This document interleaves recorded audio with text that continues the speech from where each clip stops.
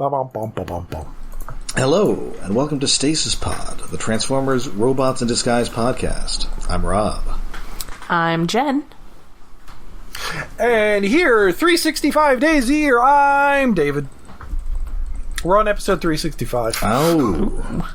We've done enough for one episode a day for a year. Ooh. It's pretty good. And then next week, we'll have one done for a leap year. Yeah. Nice. It's important to remember those, especially for the people who were born that day.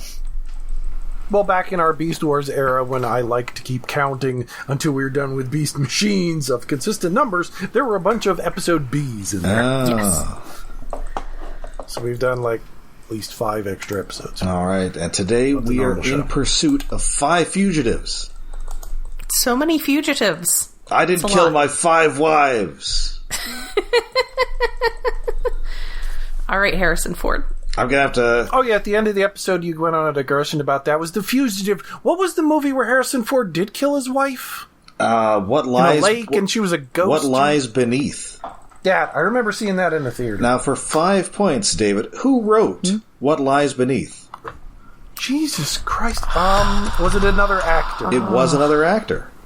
Okay, shit, I think this is a bit of trivia I used to know. Was it Ethan Hawke? It is not Ethan Hawke. I don't remember. Clark Gregg. Clark? Oh! Okay, yeah, I wouldn't have got that. Agent Coulson himself. For What Lies Beneath, which I do not believe he is in. No. No, it's a very small cast. It's Harrison Ford, dead wife, and somebody else. Well, Michelle Pfeiffer is his living wife, and then I believe Michelle Pfeiffer. The ghost is like a student or something. He had like an affair with her. Yeah, I don't think there was any... It's also got Joe Morton. There was any overlap in my life between times I was shelving lots of books and times I knew who Clark Gregg was. So that probably completely escaped my notice. Well, no, he didn't write the book or anything. He just wrote the script. Oh, okay. Because I was picturing a paperback cover, because that is how my brain works. Oh, and it would have like his name like really big on the cover? Yes. Because Clark Gregg is like a totally good name to have like really big on a... Yes. That's a Douglas Adams. Like Brad Thor. Yeah, you want your first name to be longer so your last name is big. Who is somehow a real person. I mean, that's not as weird as Dick Wolf being a real person. Well, this is true. Also, I was reading this whole article about how Brad Thor got suckered into this whole, like, scam involving people trying to be, like, some survivalist compound, and it made me very satisfied, because I hate that entire genre of books. This is very Islamophobic, Tom Clancy-esque sort of shit. I can enjoy the odd Tom Clancy movie. Mm-hmm. Yeah, I haven't seen it. As the kids say, Hunt for Red October, that movie slaps. Oh, yeah, that one. Well, because it's submarine movies. Submarine movies are almost always good. It's a submarine movie, and it's also a fake Russian movie. Yes. And yet, a movie where I don't know that anybody's doing an actual Russian accent. Maybe Sam Neill. Maybe. But, Scottish, Russian, same thing. Yeah, it's all the same. Well, yeah, Scottish, Russian, Egyptian, Japanese. You could be anything. And hey, you know who's in a couple of Tom Clancy movies? Harrison Ford, who is in The Fugitive. He is. And we were talking about 5 fugitives. Yes. 5 fugitives. So I'm going to hide out in like 5 Lithuanian women's basements. I'm going to have like a weird romantic subplot that got cut out with 5 Julianne Moores. And you're trying to pursue the 5-armed man? That's right. Or I guess he'd be the 2.5 armed man. What? No, would it be 5? Because he's a 1-armed man? Yeah, I guess, the 5-armed man, okay. I'm going to have to escape through 5 St. Patrick's Day parades. But I'm going to skip the sequel where they try and hunt down 5 Wesley Snipes with the assist of 5 Robert Downey Jr.'s. Yeah, that's a sequel that's like, no one knew it was a sequel at the time. Everyone knew it was a sequel. It's called U.S. Marshals. I don't remember. What are you going to call it? The Fugitive 2? I guess you could. Yes! The Fugitive 2 U.S. Marshals. Ooh, or you do the aliens thing, Fugitives. Oh, yeah, that would have been more fun. In which case, I guess it would be the fifth one, 5 Fugitives. By which point, I guess Harrison Ford's come back as like a cyborg or something. One-armed man now has a robot arm. Yes. Joe Pantoliano still in it. I think you would have to build it up like the Fast and the Furious series. Oh, man. Two Fugitive. Yeah. Oh, Tokyo Drift Fugitives. Oh man, that sounds like fun. Well, he's kind of fugitive in that movie because he's like does some car crimes, and so he gets sent to Japan. I don't know. I haven't actually seen the middle. What? No, wait. I've seen the first 2, and I'm not. Have I seen anything after the third one? I think I've seen one of them after the third one. Tokyo Drift, kind of a snooze. I'm lost. Anyway, so 5 Fugitives. First aired October 28th, 2017. Written by Matthew Wilson. This is his first and only Transformers credit. Oh. But he's written a bunch of episodes of whatever Monster Beach is. The heck? Oh, wow. I don't know what that is. It's weird that we're getting to the point where, like, I haven't heard of that cartoon. Yeah. Because I don't really keep up with stuff unless people start talking about it all the time. It looks like it was recorded. It looks like it's an Ocean Group show because Gary Chalk is in it. That's cool. Oh, the character models are kind of neat. Why have I not heard of this at all? Also wrote episodes of Crypto the Superdog, Firehouse Tales. The fuck channel's Monster Beach on? I think it was on Cartoon Network, apparently. Was? What? They don't show anything except Teen Titans Go. Alright, so... I refuse to believe in anything being on Cartoon Network except Teen Titans Go. Trying to skim quickly on the Wikipedia page for it, looks like maybe it only aired in Australia and Malaysia? Well, that would explain why we haven't heard of it. Might have been one of those like, tax things. Yeah, in 2017, the series was greenlit by Cartoon Network for 52 episodes, consisting of 11-minute episodes. A pilot episode based on the filmed... televised film itself was announced but never released. Or wait, maybe did I air? What? Television? Oh, Australian television series. Yeah, so we didn't get it. Weird. Huh. Which would explain why, like, it's not familiar at all. But now I want to track it down. But then it's weird that all the cast is Canadian. That is weird. Yes, but no. Sometimes bizarre shit like... We watched, for a Patreon episode, Ultraman that was filmed in America but never aired in America. This is true. Sometimes bizarre crap like that happens. And I appreciate that the main characters are apparently named Jan and Dean. Cute. Oh.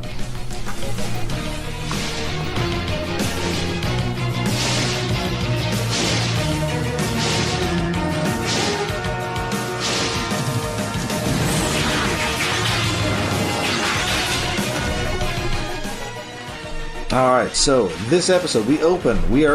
Bulkhead is still with us, and we are in hot pursuit of Steeljaw, our sole remaining Decepticon escapee on Earth. It's time for sexy time. Head That's down right. to Sexy Town. So, of course, Bulkhead has not met this guy before, so he isn't familiar with his tricks. He's not familiar with his wiles. Yes. So, you know, when I fought Decepticons, none of them were particularly sexy. Starscream, not sexy. Soundwave, maybe sexy if you enter that. I'm not. Possibly the least sexy Starscream.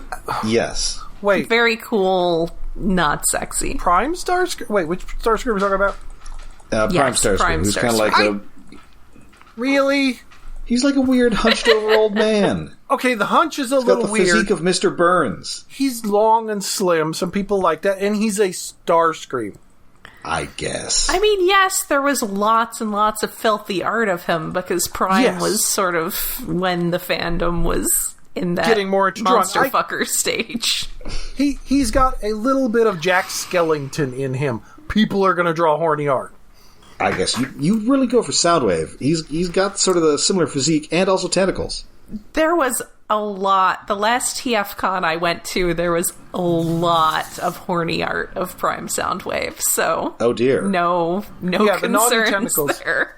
despite the personality not meshing with being sexy, other than maybe sexy for Megatron, the tentacles do a lot of work. It was very much the monster fucker contingent of the fandom. Yes! I suppose you did also have knockdown, or knockout and breakdown. It was same people who would have, like, absolutely filthy art of Tarn. So it was kind of that.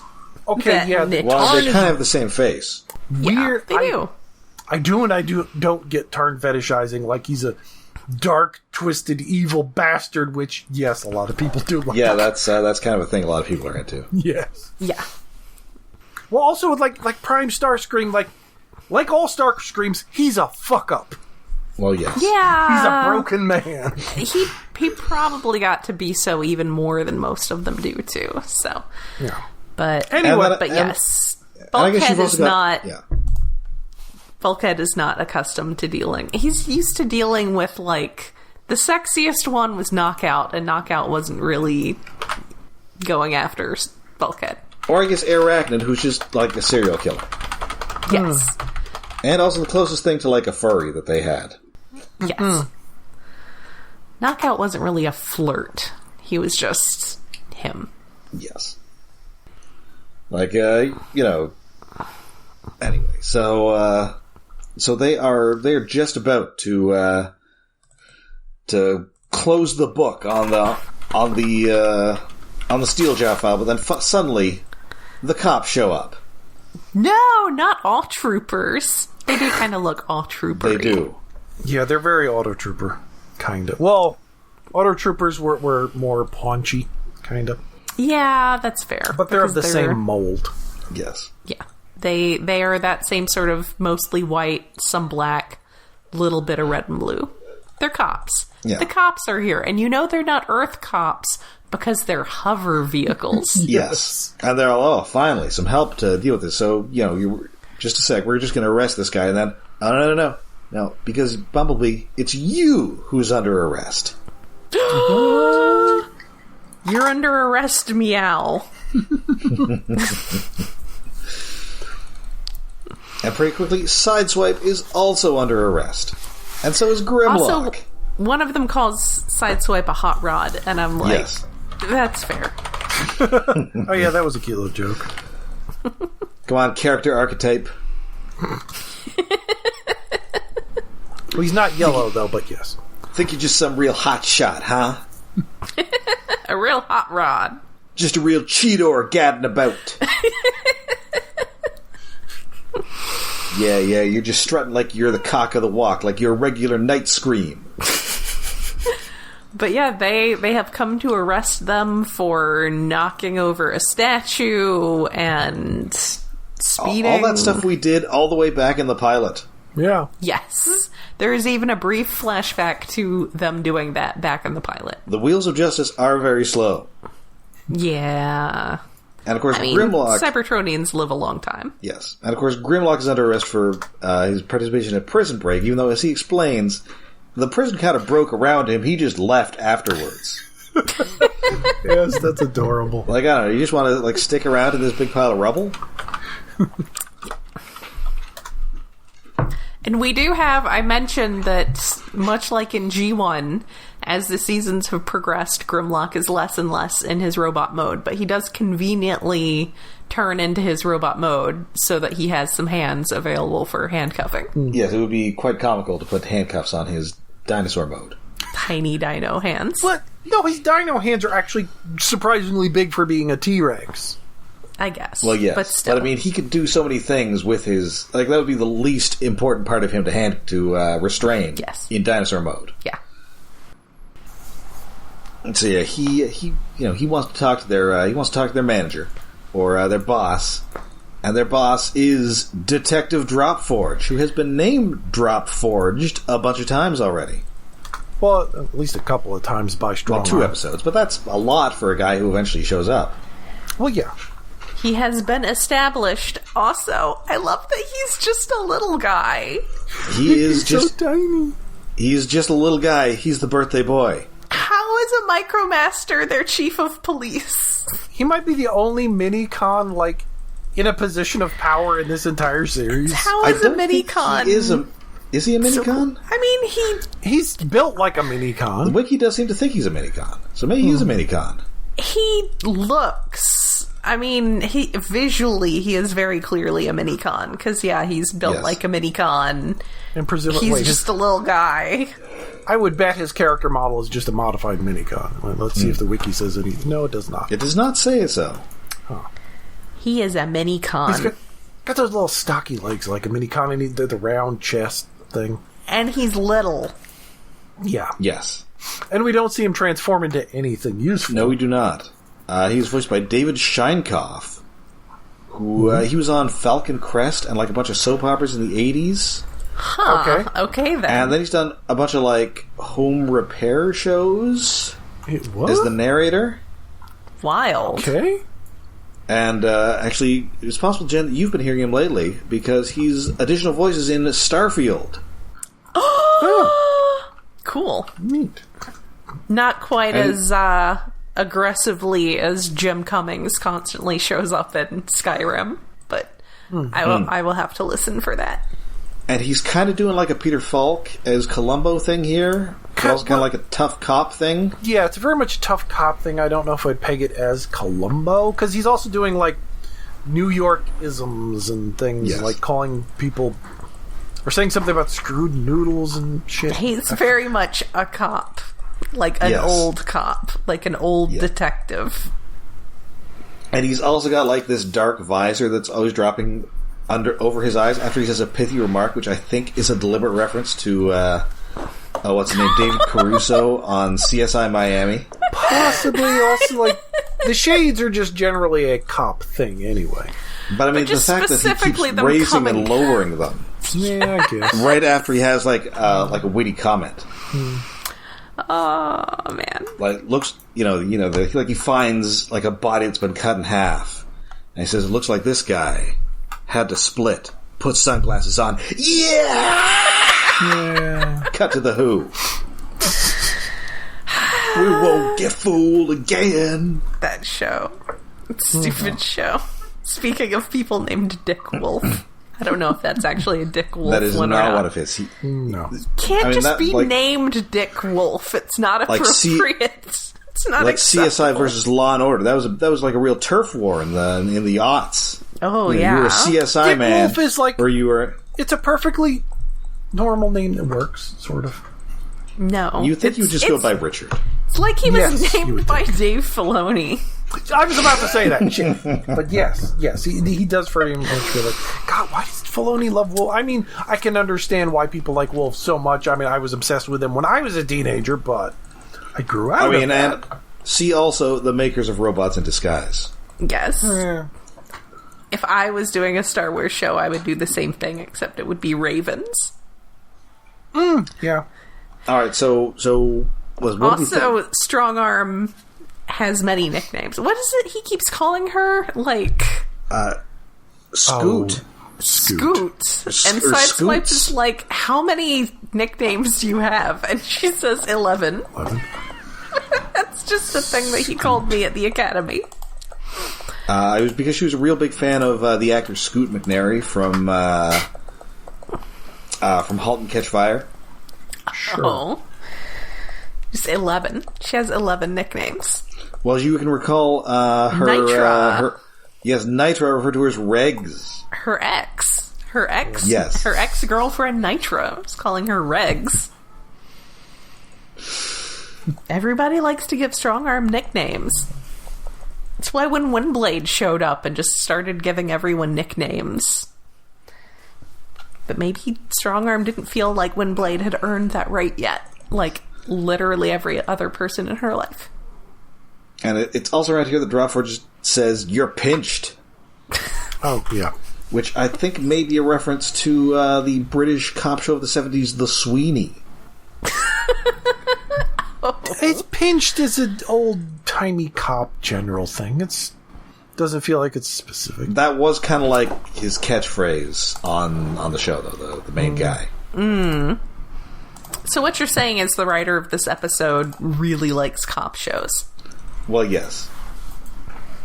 I mean, that clearly shows through. So he pretty soon he's got the cuffs on Strongarm, too. Yeah. Poor girl.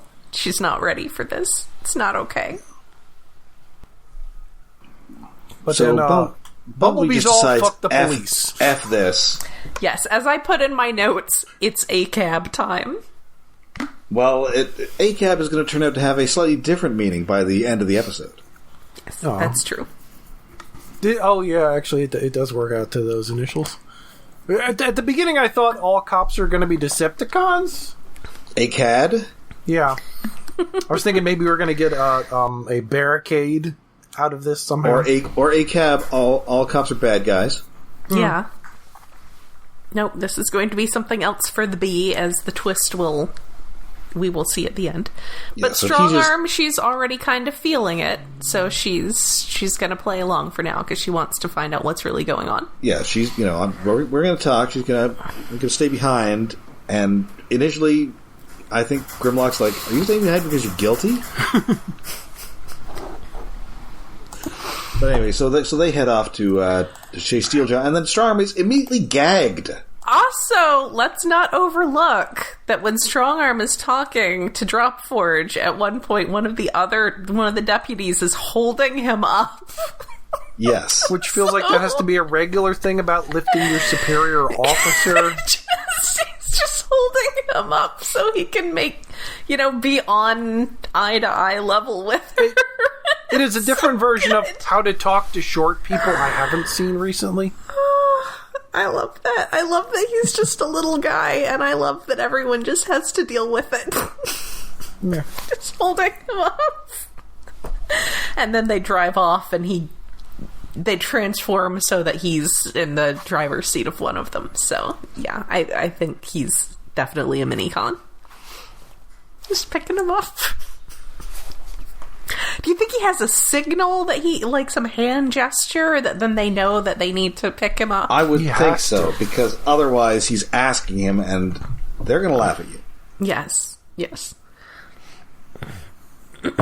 So good. Either that, or I'm thinking, maybe when they're in more of a formal situation, there's like a Master Blaster situation going on where he's like riding around on a guy's back. Maybe. Anyway, so Bulkhead is gonna, he's gonna try and stop. He's a living blockade, and he's gonna stop Steeljaw before he can get to this natural gas refinery.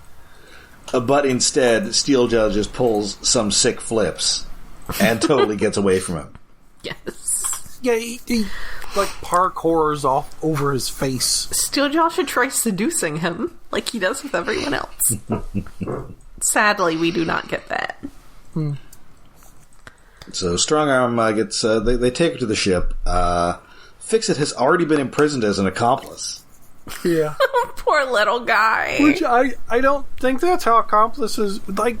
I think you would bring him in for questioning, but not... Does he count as accomplice? How does that work? I mean, aiding and abetting is a crime. He's definitely been aiding and abetting them. He has been vital to their operation. Yes. But what they were charging them with is stuff that had previously happened. It wasn't like an ongoing thing, so I don't think aiding and abetting would work. We need to call a YouTube lawyer. Well, I guess harboring a fugitive is a crime. Yeah. He is harboring them, especially, and he should know better, because, he's a prison guard.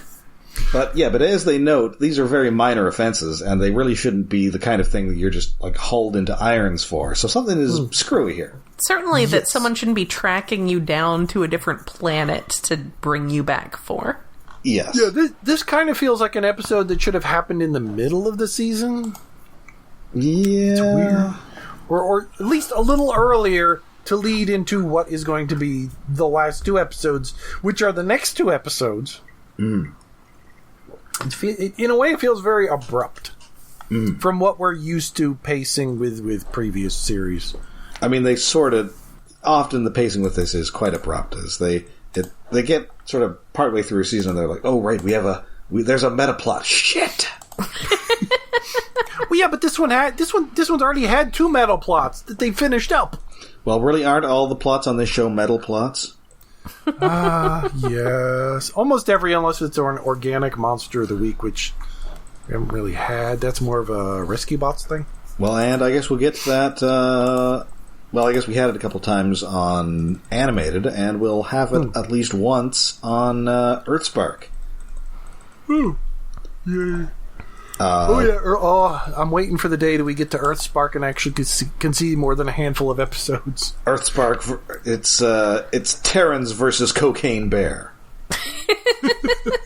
Yes, I've heard nothing but good things about it, and from what little I've seen, it looks great. It is very good. My DVR wasn't capturing episodes, so I don't know. I have the first couple and episode 10, 11, and 12. Well, check sometimes if you. I know they rerun it and stuff. No, but if you have a channel, you might have it on demand. Oh, maybe.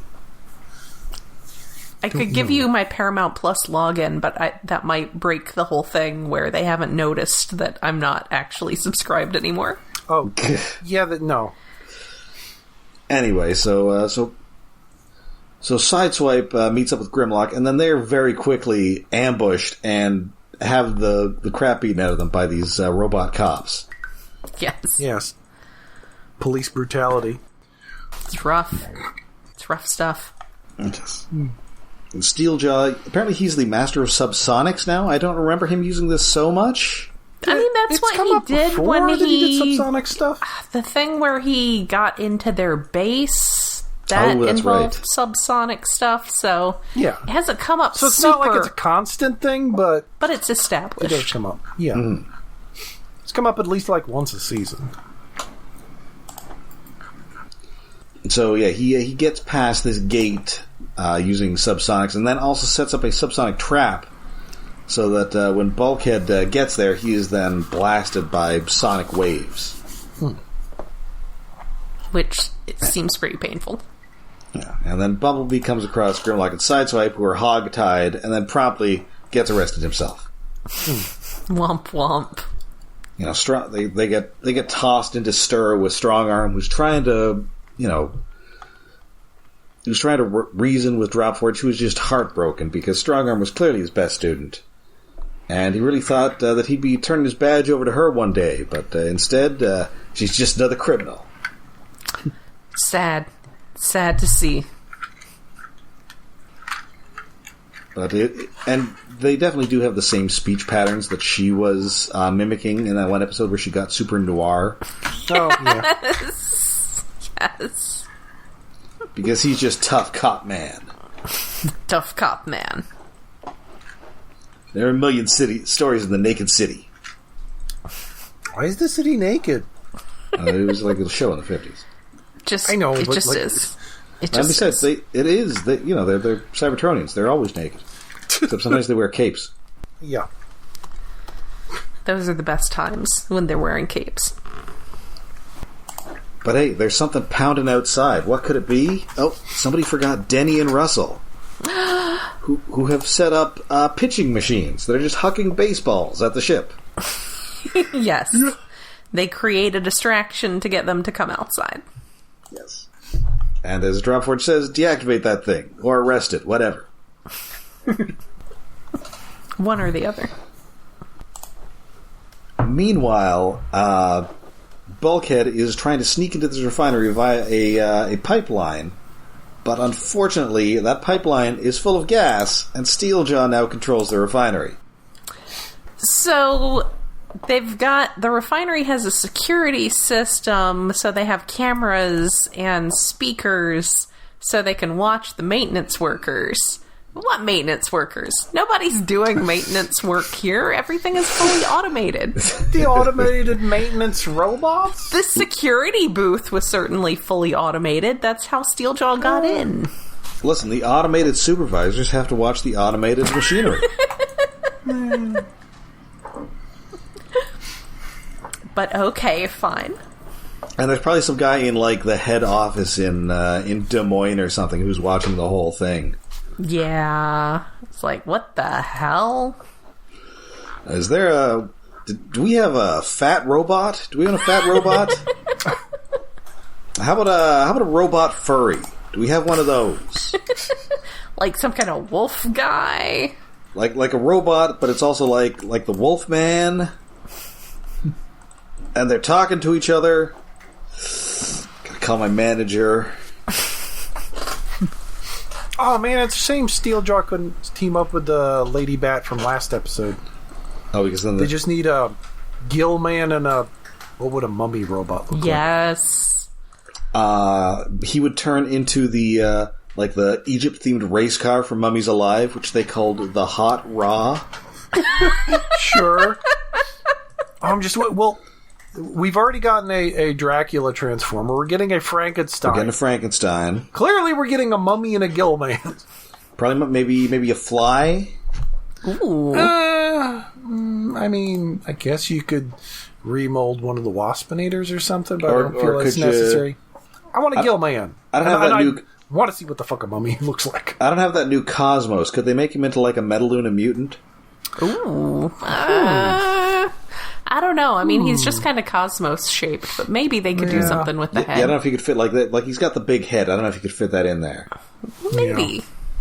And also, the Metaluna mutant is not like fat, so I don't know how that would work. Yeah, you want something skinny. Also, I don't know. You could do like a Bride of Frankenstein. Yeah, I would hope for also a Bride of Frankenstein, but you'd need somebody who has enough room for like the giant, the big hair. Shoot, I actually had an idea for that, but I forget what it was. Damn it. I guess, it's what's her name? It's the Alita 1, where her head sort of sticks up, right? So you could just have like this future car with like this giant Bride of Frankenstein hair sticking out of it. But that's not actually how it transforms. What? It has like the head is fake. Yeah. That's the stupidest thing I've ever heard. I know! It's really dumb. It's really bad. Which is why I didn't pick up that mold, because it's dumb. Well, I have the Minerva version, which is fine. Is that the one they're going to make into Strongarm? Because we'll get it in Strongarm. Yes. Okay, then. Well, heavily modified, using it as the base. I assume it doesn't have her head sticking up out of the roof for no reason. No, I assume because it's not actually the head. That's not where the head goes. That's a fake head. That's so stupid. I know. It's like a fake chest window, but it's a fake head because like one pre-production art for the original cartoon had, it looks like her head's there. No. I don't know. Anywho. Yes. So, pretty quickly, Bulkhead gets exploded. But while this is going on, the humans do manage to free the B-team. Strongarm grabs the ship's medical kit. And they briefly surrender, but only so that Strongarm can pull a fake on Dropforge, smack him around, and then scan him with this tricorder. You know, the tricorder that they have. Yes. Yeah. Bumblebee calls in Bulkhead. What's your current status? Current status, on fire. Unfortunately. Not doing great.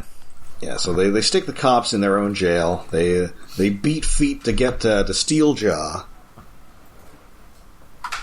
And once they get there, he's all, "Oh, hey, how's it going? I have total control of this, which is currently pumping gas into the city, which I will explode if you don't swear undying loyalty to me." I will make a crater just big enough to start the new Decepticon colony on this world. Yes. It kind of feels like Steeljaw previously, like when he had some advantage, should have tried this. Any of you guys want to join my team shit? Like, he's at the weakest he's ever been, other than I have a bomb that will be the city. I would say he's that out of maybe... guys. Previously, he had all sorts of animal guys. He didn't really need more guys. I would say that maybe it's not the best idea to get a bunch of people to help you who absolutely do not want to be helping you and actually hate you, but his last group was only one step above actual. Pretty much. Yeah. They were only kind of working together, so only a little bit. At least these people are competent. Yes, but also these guys aren't even animal guys, so it wouldn't make any sense to call them the Pack. No. Yeah, all you got is Grimlock, and that's not enough. He's just a Dinobot. I mean, much like Zach Galifianakis in The Hangover, he's now basically a one-man wolf pack. Yes. Oh. Axe-Woves. You can't just have a character named Axe-Woves. At least that takes the L out, unlike Trapper Wolf, another guy who's on the same show.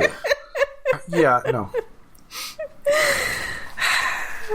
Somebody needs to tell him no. Someone needs to tell him that's enough. Well, someone did tell him no. That's why he took the L out of Axe Wolves. I guess. Axe Wolves. And then they were gone for a day, and then when they came back, they were all on this planet riding wolves around. I mean, using wolves as mounts, and it's more of a lizard wolf. That so was a it's good something puppy, though. That was a good puppy. It's a good. It was a good doggo. Space doggo. And then somehow we had hermit crab people and not, like, wolf people. Hobbit crabs. The hermit crab people, they're little vests. I love the little vests. Anyway. Yes. Sorry, Ahsoka spoilers. So vaguest of spoilers. So surprise, surprise! Dropforge breaks out of his own cell and shoots this remote out of Steeljaw's hand before he can blow up the city. So he's very confused now, and everybody's trying to say, no, I can explain. And Steeljaw says, no, why don't you hear my side of the story? It'll show that I'm clearly evil, but also very sexy. See, that's the thing that Knockout didn't do. Knockout was just sort of like self-involved. Steeljaw weaponizes it in a way that Knockout never did. Yeah. I mean, listen, Steve, Knockout had a type. He liked him big and dumb. Yes. Steeljaw, whatever you're putting down, he's picking up. Yes.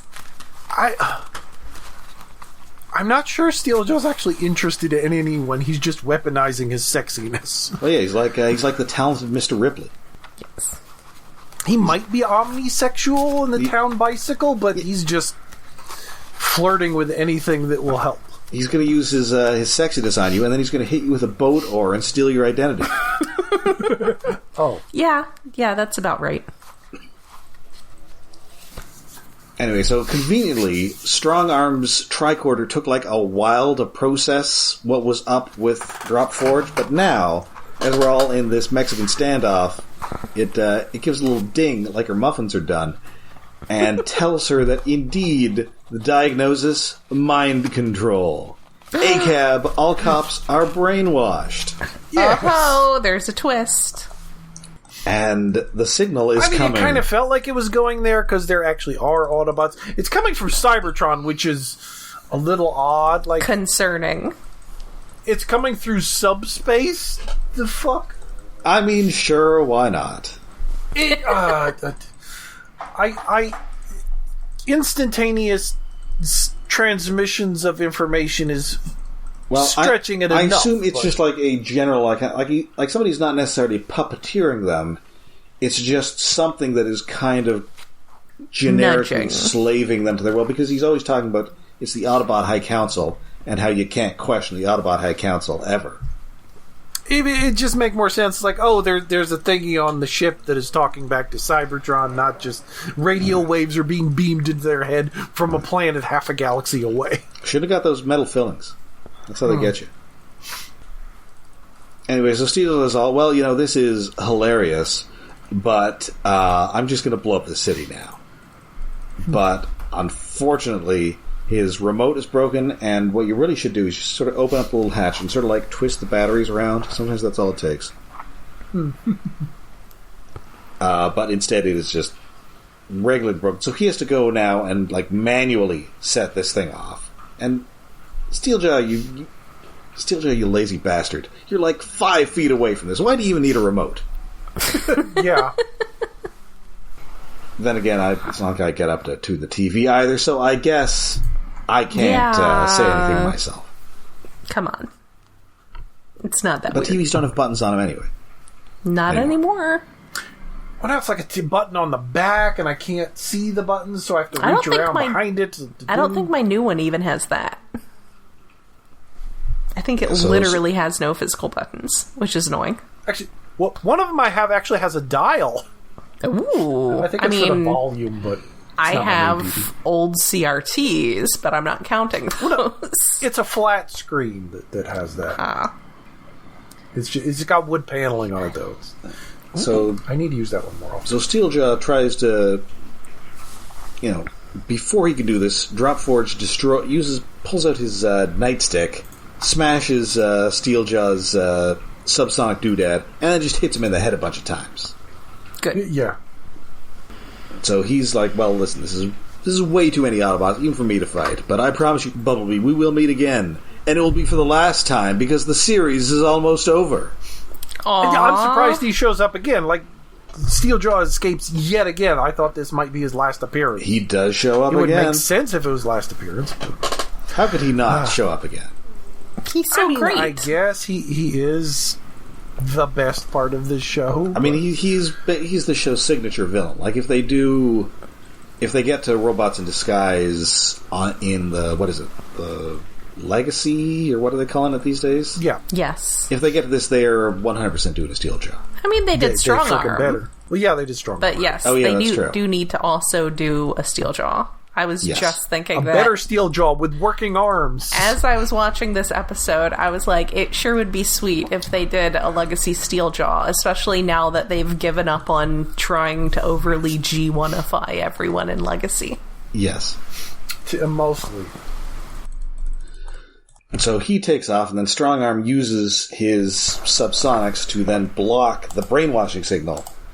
And Dropforge is like, hey, I guess I'm no longer brainwashed. Wow, this was maybe not a great idea, coming here to arrest you guys. This is a real boondoggle. He says something about covering up for the Mickey they slipped us. Yes. Because, again, he's like every cop, old detective stereotype ever. He's a real Jerry Orbot. Yes.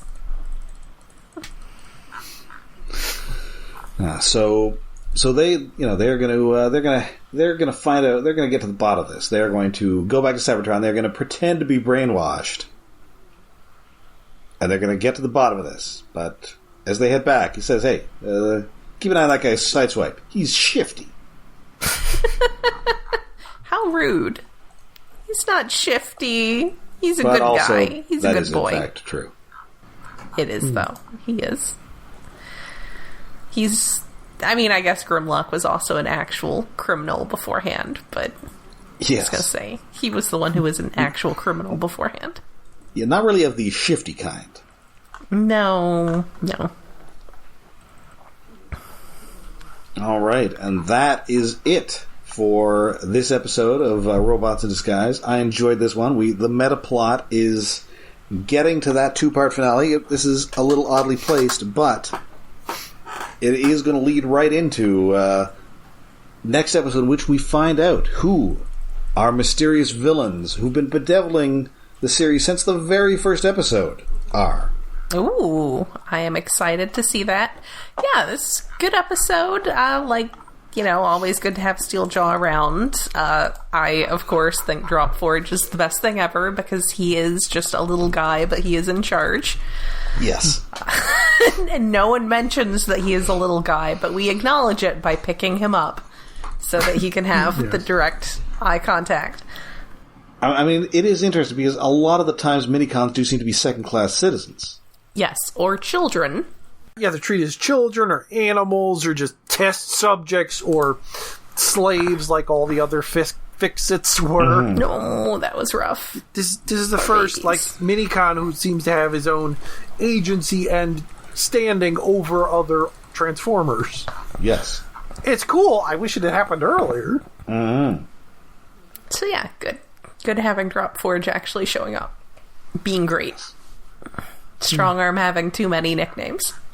All right, and David's Tokusatsu Corner is on assignment. Yeah, it's on high. My throat's a little sore this week, and I just didn't have time to watch. It happens.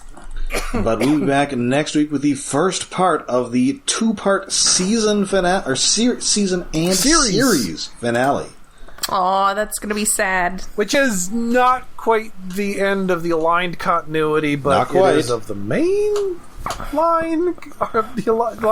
Aligned is such a weird continuity. Yes, it is. It's three things jammed together pretending to be the same continuity. 3 or 4 things. Yeah. Because there was the games, Prime and Robots in Disguise, Rescue Bots and Rescue Bots Academy, and I feel like there was something else. And don't forget there were also the novels. I should read those novels.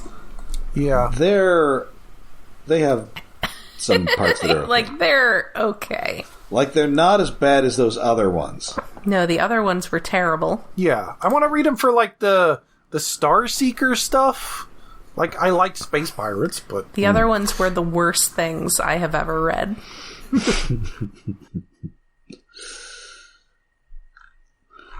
All right, but of course we'll be back next time. We'll be back next week with that. But until then, we're all over there. We're on Twitter, we're on Facebook, we are on Mastodon, and we have a Patreon.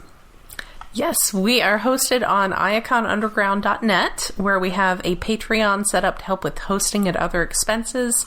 That is patreon.com/iaconunderground.